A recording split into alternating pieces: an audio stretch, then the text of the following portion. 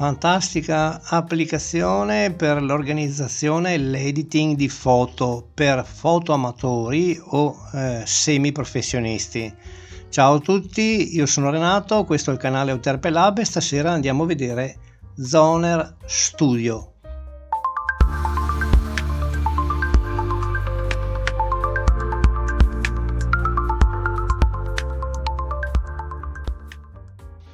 Allora, eccoci qui, Zoner Studio.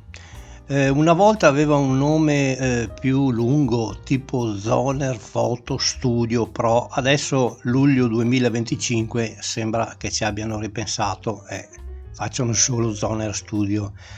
Bene, andiamo subito a vedere l'interfaccia e c'è da capire che è diviso in questo programma come altri professionali o semiprofessionali, è diviso in settori, come per esempio DaVinci Resolve lo fa qua in basso, altri programmi lo fanno a destra, a sinistra, ma comunque vediamo i principali. Sono Manager, che praticamente è un browser di immagini. Andiamo subito a vedere una cartella dove ci sono più immagini. Ecco qua, se clicchiamo su browser abbiamo una visione delle anteprime. Poi c'è Develop. Ecco, Develop in realtà, per vederlo meglio, bisogna aprire una foto, sì. Bisogna aprire una foto come questa, ok, oppure questa anche. Vediamo un po', sì. Praticamente è la sezione colorimetrica che, come sapete, a me non interessa quasi mai, però devo dire la verità, alzo le mani, è fatta bene, è veramente fatta bene. Poi c'è Editor. Editor è il classico dove si editano le fotografie. Qua vedete ci sono le principali funzioni qui a destra e i layer, la sezione dove vengono aggiunti i livelli.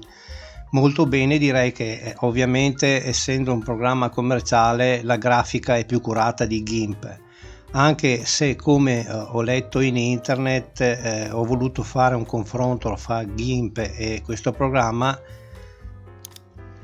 e devo dire che sono indicati a un pubblico diverso, nel senso che GIMP riesce a fare di quelle manipolazioni a livello di pixel, a livello molto profondo di pixel, che Zoner non ha quella abilità lì.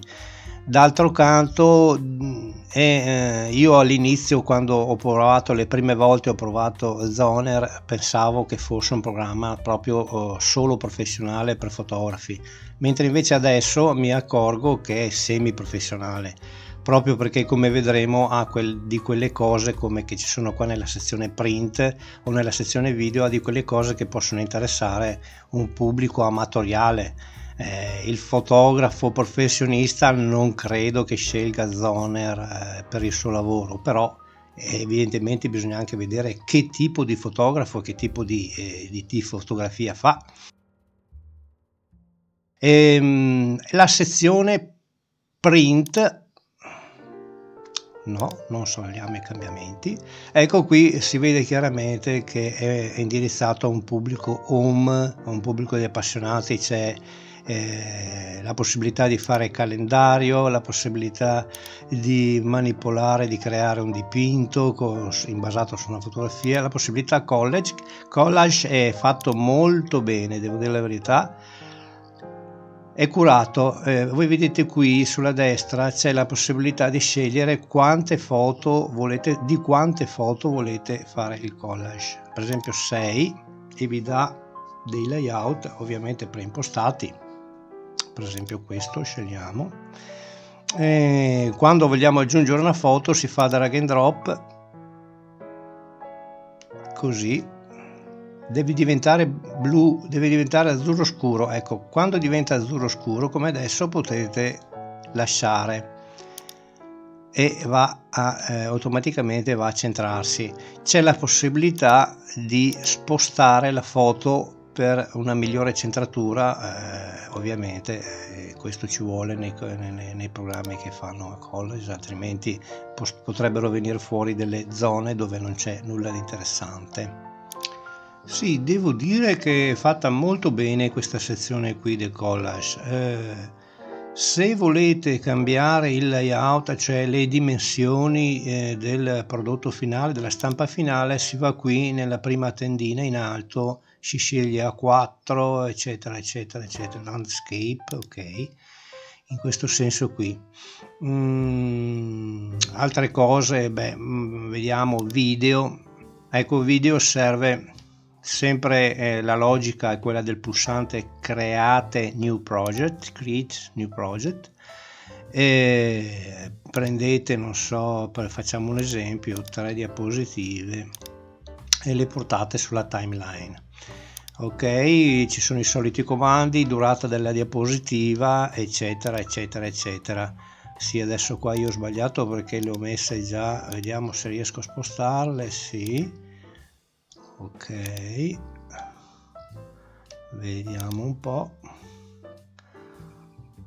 Non so perché me le ha prese così in questa dimensione qui, evidentemente c'è un comando che adesso sinceramente non ho tempo di cercare, però insomma ecco, è in grado di produrre subito, se si fa export, lui fa un mp4, non ha altri formati, almeno qua non li vedo.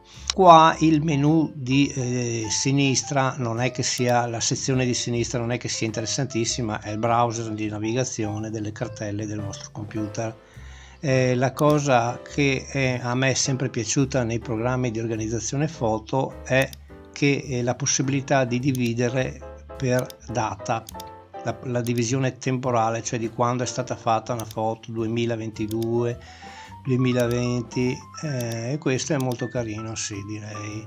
È una cosa che mi è sempre piaciuta sugli organizzatori di foto. Purtroppo l'organizzatore di foto che uso da anni, XView MPy, non lo fa, sinceramente non lo fa, e sarebbe una cosa sì che lui dovrebbe pensarci su. Altra cosa da prendere in considerazione, che è carina, veramente fatta bene, è quando siete nella sezione manager, cioè di organizzazione delle foto, c'è il menu acquire, acquisisci. Allora import, il primo comando è se avete collegato delle macchine fotografiche, delle action cam, eccetera, e qua vi dà diverse opzioni per la destinazione, il maneggiamento, eccetera. E inoltre abbiamo da scanner, acquisizione da scanner, cattura schermo, dalla clipboard, dalla memoria di sistema, ok. E questo è anche molto interessante, acquisisci immagini da PDF. Questa è una cosa che manca a molti editor di foto. Extract JPEG from file, ecco, questa qua non l'ho capita sinceramente cosa intendono loro,